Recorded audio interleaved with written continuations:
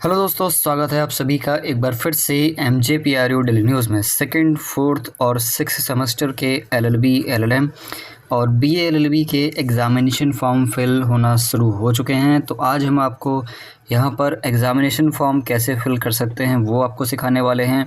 उसके साथ ही RD enrolment की जो प्रॉब्लम आ रही है स्टूडेंट के रिज़ल्ट में, वो एग्ज़ामिनेशन फॉर्म में ही ठीक हो सकती है। तो वो कैसे ठीक हो सकती है उस पर भी हम आपको डिटेल से यहाँ पर आपको बताने वाले हैं। उसके साथ ही आपको सही भी करके दिखाएंगे कि कैसे वो सही हो सकता है। और उसके बाद हम बात करेंगे फ़ीस की, और उसके बाद हम बात करने वाले हैं आप लोगों के साथ कि एग्ज़ामिनेशन फॉर्म कब से कब तक भरा जाएगा। तो सबसे पहले हम बात कर लेते हैं आप लोगों के साथ कि LLB, LLM और BA LLB का एग्ज़ामिनेशन फॉर्म कब से कब तक भरा जाएगा। तो यहाँ पर आप ये देख सकते हैं LLB का नोटिस है। हालांकि पर नोटिस की इन्फॉर्मेशन हमने आप लोगों को पहले ही दे दी थी, फिर भी आप लोगों को एक बार यहाँ पर फिर से रिमाइंड करा देते हैं कि 15 अप्रैल से ये आप लोगों के फॉर्म शुरू हो रहे हैं भरने, और 28 अप्रैल तक ये भरे जाएंगे। अगर आप लोगों की सेकंड, फोर्थ और सिक्स सेमेस्टर में बैक है तो वो भी आपका फॉर्म इसी बीच में भरा जाएगा, 15 अप्रैल से 28 अप्रैल के बीच में। बात करते हैं आपकी कि एग्ज़ामिनेशन फॉर्म कैसे भर सकते हैं। जब आप MJPR यूनिवर्सिटी की वेबसाइट पर आएंगे तो यहाँ पर आपको ये 4-5 ऑप्शन यहाँ पर दिखाई देंगे, और जो 4-5 ऑप्शन में सबसे पहला जो ऑप्शन है ये आपका वो है जिसमें आपकी बैक का फॉर्म आप भर सकते हैं। अगर आपकी सेकंड सेम में बैक है, फोर्थ सेम में बैक है और सिक्स सेम में बैक है तो उसका जो फॉर्म भरा जाएगा वो यहाँ से भरा जाएगा, और नॉर्मल जो आप फॉर्म भरने वाले हैं वो यहाँ पर आपको सेकेंड वाले ऑप्शन से भरना है। ठीक है, main, x, private, single, special permission, यहाँ से आप लोगों को नॉर्मल वाला फॉर्म आपको भर लेना है। तो इसको हम यहाँ पर खोलते हैं।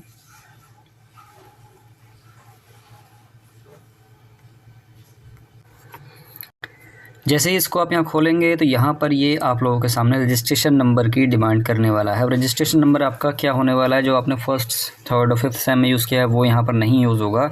यहाँ पर यूज़ होगा आपका फर्स्ट, थर्ड और फिफ्थ सेमेस्टर का रोल नंबर। जो आप लोगों के पास एडमिट कार्ड में रोल नंबर आया है वो आप लोगों को यहाँ पर फिल कर देना है। तो यहाँ पर जब हम फिल करेंगे अपना रोल नंबर, यहाँ पर फिर एक और ऑप्शन खुलेगा आपके सामने, एंटर मोबाइल नंबर, जिसमें ये OTP की डिमांड करने वाला है। तो यहाँ पर हम OTP डाल के इसको खोल देते हैं। OTP डालने के बाद आपके सामने आपका ये फॉर्म खुल जाएगा। यहाँ पर आप देख सकते हैं कि ये LLB फोर्थ सेमेस्टर का फॉर्म है, यहाँ पर ये लिखा हुआ भी है। ठीक है, अब हम बात करते हैं, देखो एक बहुत बड़ी प्रॉब्लम आ रही है सभी के रिज़ल्ट में, वो है आपकी RD इनरोलमेंट की। अगर आपके रिज़ल्ट में RD इनरोलमेंट लिखा है तो सबसे पहले आप लोगों को क्या करना है, माइग्रेशन आपका जमा करना है आपको अपने कॉलेज में, MJPR यूनिवर्सिटी के कॉलेज में जहाँ पर आपने एडमिशन लिया हुआ है। वहाँ पर दूसरी यूनिवर्सिटी से जो आए होंगे उन लोगों को माइग्रेशन मिलेगा, और उनको अपना माइग्रेशन MJPR यूनिवर्सिटी के कॉलेज में जमा करना है। और उसके बाद क्या करना है, देखो अगर आप लोगों के रिज़ल्ट में RD इनरोलमेंट लिखा है और आपने माइग्रेशन भी जमा कर दिया है तो यहाँ से आपको इस इनरोल के ऑप्शन को हटा देना होगा। मतलब यहाँ पर ये जो टिक लगा हुआ है ब्लू कलर का, इसको आपको हटा देना है।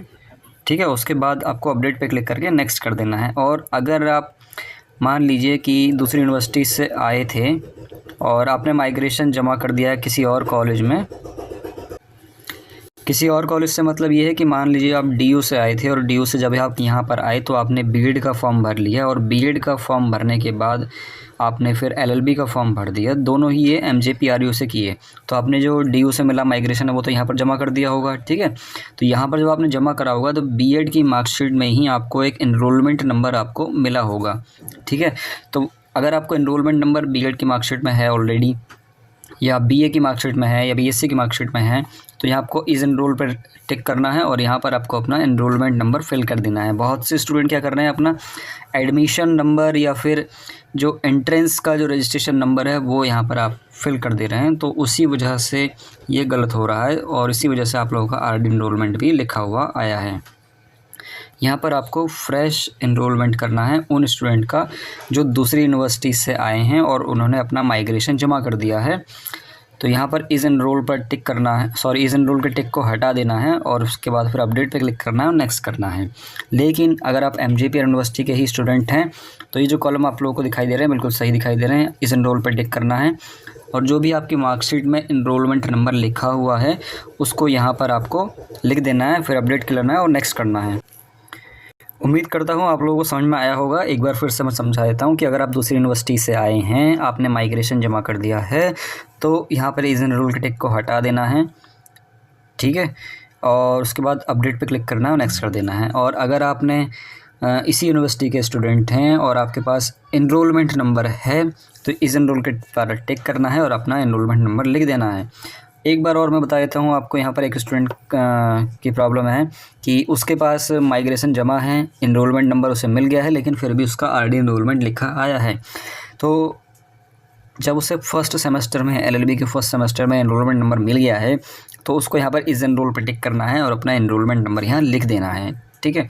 ऐसे आपकी प्रॉब्लम जो आरडी इनरोलमेंट वाली है वो सॉल्व हो जाएगी। तो उम्मीद करता हूँ मैं कई बार बताने के बाद आप लोगों को समझ में आ गया होगा। जब बढ़ते हैं अपने अगले स्टेप की ओर और करते हैं यहाँ पर नेक्स्ट पर क्लिक करने के बाद आपके सामने ये एड्रेस डिटेल खुल जाएगी। इस पर आपको कुछ भी नहीं करना है और यहाँ पर नेक्स्ट कर लेना है। जैसे ही इस पर नेक्स्ट करेंगे तो यहाँ पर आपके सामने ये फ़ोटो वगैरह आ जाएंगे। अगर चेंज हो रहे हैं तो कर लेना, काफ़ी अच्छे फ़ोटो लगाओ, यहाँ अजीब से फ़ोटो मत लगाओ, डिग्री में आ रहे हैं वो। और उसके साथ ही यहाँ पर जो लास्ट पेज खुलता है वो यहाँ पर आपका ये क्वेश्चन पेपर का खुलता है, जिसमें आपके अगर आपने सेकंड सेम का फॉर्म फिल कर रहे हैं तो सेकंड सेम के एग्ज़ाम पेपर होंगे, अगर आप फोर्थ का भर रहे हैं तो फोर्थ के होंगे।